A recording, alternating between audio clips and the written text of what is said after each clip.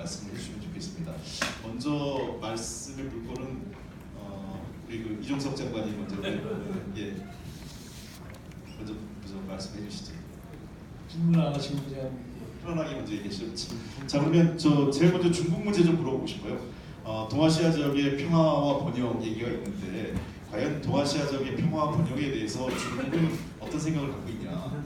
실제로 최근에 미중 갈등 많이 나면서 많은 분들이 우려도 하고 있어요. 중국이 동아시아 지역에 그동안 경제개혁 과정에서는 동아시아 지역의 평화와 번영에 기여했는데 최근에 중국이 소위 G2가 되면서 지역의 패권국가, 미국과 경쟁을 하고 이 지역의 군비 경쟁을 도리어 가속화시키는 한 역할도 있지 않냐. 그 부정적인 측면도 그래서 문제가 제기되기 때문에 중국이 생각하는 동아시아에서의 평화 번영에 대한 중국의 입장은 무엇인지 그리고 그것이 미중 관계에 어떤 영향을 줄지 한번 말씀해 주시겠습니다. 예. 우리가 90년대부터 중국을 자주 다녔는데요. 그때마다 아마 많은 중국 사람들한테 그런 얘기 들으셨을 겁니다. 중국은 자기들이 경제 발전을 하고 그리고 또 경제 발전을 통해서 이제 소강 사회 아마 선진 국가들이 아마 중간 정도 수준의 생활 수준 정도까지를 이루는 것이 목표인데 아마 그 당시 1990년대 우리가 중국을 다닐 때는 그 사람들이 2020년 정도면 그걸 이룬다고 얘기했는데 요즘은 이제 아마 조금 더 시간이 좀 더 필요한 것 같습니다. 그런데 그 얘기하면서 항상 우리에게 하는 얘기가 뭐냐면 우리가 경제 발전을 위해서 필요한 것이 주변 정세의 안정이다 이렇게 표현을 썼습니다. 그래서 한반도 정세가 안정되고 평화로운 것은 우리에게 굉장히 중요한 얘기라는 표현을 썼는데요. 여전히 중국의 현재의 상황은 경제 발전을 제일 모토로 나가고 있고 그리고 실제 중국이 이 문제가 완전하게 끝나지 않았기 때문에 뭐 한반도와 관련해서도 중국이 어떤 패권주의적 야욕을 드러낸다든가 물론 정치적으로 자기 몸집이 커졌기 때문에 몸집이 커지면서 행사되는 영향력의 범위가 커지니까 그렇게 느낄 수 있는 측면도 있지만 전반적으로는 중국은 여전히 동북아에서 평화 번영이 대단히 중요하다. 특히 중국 입장에서는 중국이 잘 아시는 것처럼 이제 동부 해안 중심으로 발전을 했습니다. 그 다음에는 내륙 발전을 시도했고 그 다음에는 이제는 변방 발전을 추구하고 있는데 중국의 변방 발전에서 가장 크게 문제가 되는 곳이 하나가 어디냐면은 인구는 변방 중에 가장 많이 살고 있는 곳이 동북 삼성입니다. 인구 1억 1천만 명인데요. 옛날에는 이 중국 동북 삼성이 일제가 만주 괴뢰국을 만들어서 대륙을 침략하기 위한 병창기지를 만들었잖아요. 그러다 보니까 거기에다가 많은 중화공업 기지 만들었어요. 그래서 중국 공산당이 새 정부를 만들었을 때는 사실은 동북 삼성, 즉 만주 지방이 중국에서 가장 잘 살고 발전된 지역이었는데 지금은 중국에서 가장 발전 속도가 느린 곳입니다. 그 이유가 뭐냐면은 가장 중요한 이유는 한반도와의 연계성이 중요한 것이 동북 삼성이잖아요. 그러니까 요령성, 길림성, 홍룡성. 근데 한반도에서 북핵 문제 때문에 지난 중국 개혁개방 30년 동안을 갖다 고스란히 북핵 문제 때문에 동북 삼성이 마치 섬처럼 지냈단 말이죠. 그러다 보니까 중국 중앙정부 입장에서는 동북 삼성의 발전을 위해서라도 당연히 한반도와 중국과의 협력, 즉 한반도 평화번영, 나아가 동북아 평화번영에 대해서는 뭐 이론의 여지 없이 그건 당연히 지적이 있는 걸로 그렇게 보고 있습니다. 네. 자, 지금 여러 가지 중국으로서는 어쨌든 특히 동북 삼성 지역의 입장에서는 경제개혁 발전에 있어서 한반도의 평화와 안정 그리고 이 지역 간의 중국과 한반도 지역 간의 연계해서 협력의 필요성이 있기 때문에 중국으로서는 평화번영 정책에 대해서 이 지역의 평화와 안정 그다음에 경제협력에 대해서 상당히 관심을 갖고 있고 패권 국가보다는 그런 쪽에 정책 우선순위를 갖고 있을 것이다라는 게 이종석 장관님의 진단이신데요. 그러면 저 마이크를 우리 노인근 대사님으로 넘겨드리면 이런 생각이 있거든요. 그동안 러시아는 과거의 냉전 시대에는 어쨌든 좀 더 북한과 소련 시절의 관계가 있다가 이후 러시아로 되면서 이 소위 동아시아 지역 블라디보스토크 중심으로 한 소위 극동 지역에 대해서 별 관심이 없지 않느냐. 실제로 저도 몇 번 가보면 그 극동 지역에 있는 분들은 중앙정부로부터의 별로 지원도 없고 이 지역은 상대적으로 굉장히 낙후된 지역. 그리고 러시아 입장에서는 전략적 가치가 상대적으로 유럽, 우크라이나나 이런 서쪽으로 가 있지 동쪽으로는 전략적 가치나 경제적 가치가 떨어져 있기 때문에 이 지역에서 일에 어떤 벌어지는 경제협력이라든지 안보상의 이익 문제에 대해서 매우 우선순위가 좀 떨어져 있는 것 아니냐 이런 지적들이 있는데 외무 대사님 어떻게 보시나요? 네, 사회자께서 지적하신 바대로 과거에는 어느 정도 사실이었습니다.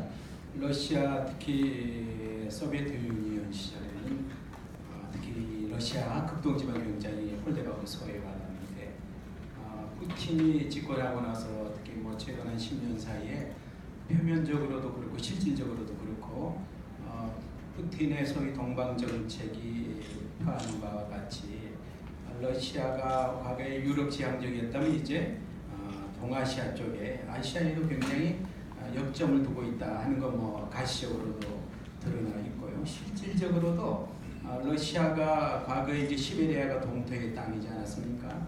그러나 두 가지 이유 때문에 하나는 기술의 진보로 개발이 시작되고 있고 또 하나의 중대한 변화는 기후 변화로 인해서 시베리아가 개발되고 있고 소위 북극 항로도 이제 머지않아 실용화 단계에 접근하고 있다. 그리고 정치 외교적으로 보더라도 제가 20개월 정도 대사하면서 숱한 러시아의 우리 송영길 위원장과 함께 러시아의 두마 국회의장을 비롯해서 외교위원장 숱한 지도자들을 비교적 많이 만나봤는데요. 거의가 일치하는 것은 러시아가 이제 극동으로 진출할 필요성을 느끼고 있다. 특히 2014년 우크라이나 제재 이후에 통로를 열기 위해서 푸틴 정부가 적극 노력하고 있고 동방경제포럼도 그 일환 중에 하나고 또 하나는 이 러시아는 과거에는 이제 남북관계 문제에 대해서 중국보다는 좀 다소 중국이 주도권을 잡고 있다면 좀 뒤에서 후견하는 정도였는데 이제는 좀 더 적극적인 역할을 하고 싶어 합니다. 다만 현실적으로 미러 관계가 제가 대사로 있는 동안 굉장히 좀 악화되어 있었던 관계로 적극적으로 나서지 못했지만 실질적으로 남북한의 평화를 진정으로 바라는 국가는 러시아다라는 말을 서슴없이 하고 있습니다. 많은 정치인들이 이야기하고 있고 학자 중에는 대표적으로 러시아의 과학 아카데미의 제빈 한국학 소장이 우리는 남북한의 동아시아 평화 체제 구축을 진정으로 바라고 있다. 그것이 곧 러시아의 이익에 부합하고 있다. 그런 점에서 특히 문재인 정부가 들어와서 우리 북방 정책을 추진하고 있는 것은 아주 대단히 저는 시적절하고 러시아가 굉장히 바라는 타이밍에 우리가 적극적으로 화답하고 있는 모양새다. 그리고 오늘 주된 주제 중에 하나겠습니다만 그러면 어떻게 접근할 것인가? 과거의 북방 정책, 제가 다른 정부를 비난하고 싶은 생각은 추호도 없습니다. 저 느낌인데요. 과거의 북방 정책과 이 신북방 정책의 차이가 무엇일까? 제가 대사하는 데 고민했습니다. 북방 정책도 과거 역대 정부들이 다 추진하지 않았습니까? 문재인 정부에서 이제 신자를 붙였고 신자의 의미가 뭘까? 제가 느끼기에는 타이밍도 적절했고 지금 동아시아 철도공동체는 이 극동 지방의 동북아의 평화체제 구축을 위해서 너무 정치적으로 접근하는 건 별로 레토릭에 불과한 경우가 많았습니다. 그래서 보다 실용적이고 미래지향적인 그런 제안을 할 필요가 있었다. 그 중에 하나가 대표적으로 동아시아 철도공동체 너무 정치외교적으로 접근하는 게 아니라 우리 실용적으로 접근하자 말이야. 왜 평화가 필요한지 우리 경제적으로 이득을 주고받을 수 있는 관계다. 그런 점에서 러시아가 굉장히 우리에게 중요한 파트너고 러시아도 그렇게 생각하고 있다고 느꼈습니다. 예.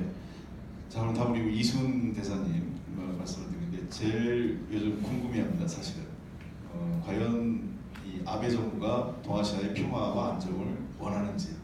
사실은 한일 관계 굉장히 중요했습니다. 지난 냉전 시대에 한일 관계는 우리나라의 번영과 발전에 있어서 가장 중요한 토대가 됐던 게 한미 관계, 그다음에 한일 관계였던 건 사실이었고요. 그리고 이 지역에 어쨌든 시장 경제와 자유민주주의에 대한 가치를 공유하고 있는 몇 안 되는 국가가 바로 일본과 한국인데 어쨌든 최근에 일본 정부가 2000년대 이후 꾸준하게 약간 무경화 경향을 띠고 있고 특히 아베 정부 들어와서 평화법 개선해서 소위 이제 군대를 갖고 일본도 뭔가 국제사회에서 군사력으로서 자기의 위치를 좀 더 강화시키는 입장을 점점점 구체화하고 있다. 그래서 과연 일본이 아시아 지역의 평화와 안정을 원하는 건지 아니면 아시아 지역의 도리어 긴장을 통해서 자신의 평화법 개정과 자위대를 일본 군 정규군으로 가려는 어떤 정책 명분으로 삼으려고 하는 건 아닌지 이런 이 우려가 한국은 물론이고 이 중국 등 주변 국가들에서 많이 제기되고 있는데 계시면서 어떤 생각을 하셨나요? 예, 그 우선에 오늘 제가 이 행사에 임하면서 좀 느끼는 소회는 이 철도가 아이러니하게도 일본 일제 때 일본 사람들이 다 가는 거 아니겠어요? 그걸 우리가 이제 지금 해방이 되고 또 이렇게 또 분단이 되면서 이 철도들이 지금 전부 끊어져 있는데 이것을 어떻게 연결하냐라고 하는 이 과제가 전혀 해결되지 않고 있는 그런 현실 아니겠습니까? 그런 점에서 저는 상당히 아이러니하다 이런 생각을 하고요. 아베 정부 들어와서는 좀 그전부터 일본의 전통적인 이 지역 전략이라고 할까요? 대외적인 전략 이런 것이 좀 많이 바뀐 것 같습니다. 또 지금 굉장히 급격하게 변하고 있는 것 같습니다. 그래서 이제 일본의 전통적인 좀 외교 노선은 요시다 노선에 대해서 경제를 대단히 중시하고 그다음에 동아시아에서 지역 협력 이런 것을 굉장히 중시했거든요. 근데 아세안 같은 것이 대표적입니다. 아세안 동남아 이런 데를 굉장히 중시하고 경제 발전을 되게 시켜주고 그래서 자기들의 영향력도 높이고 이런 이제 외교를 추진해 왔는데 지금은 그런 걸로 상당히 좀 벗어나가지고 그냥 기조가 미일 동맹 지상주의입니다. 네. 그리고 상당히 대국적인 대국주의적인 그런 노선으로 좀 탈바꿈하는 것.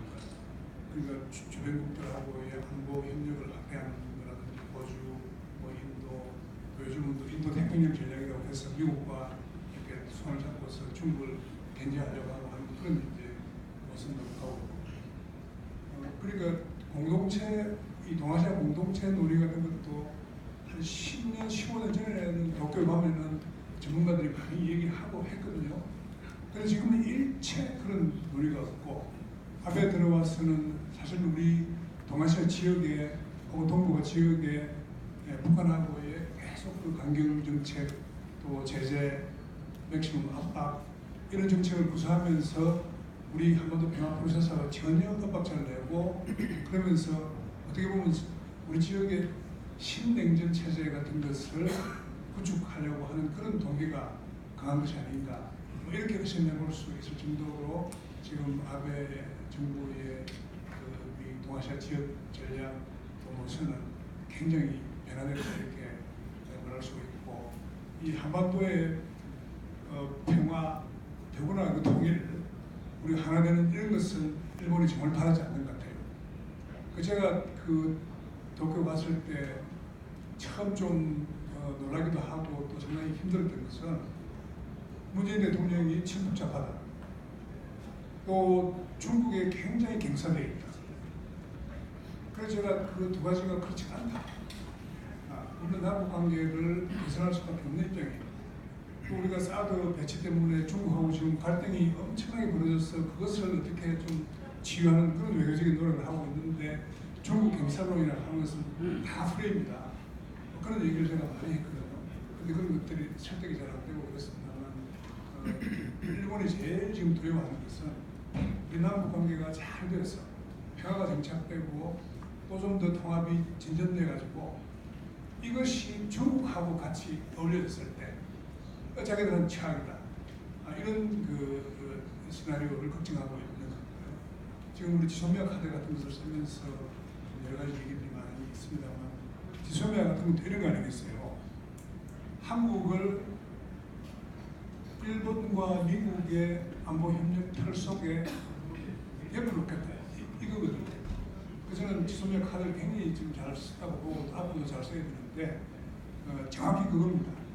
그걸 통해서 자기들 그 구도 속에 역을 놓겠다. 이런 겁니다. 근데 그 지역 질서라고 하는 것은 신냉전 질서에 훨씬 가까운 것이고 우리가 지금 얘기하고 있는 공동체랄지 지역의 협력이랄지 이런 방향과는 좀 어긋난다 이렇게 말씀드릴 수 있습니다.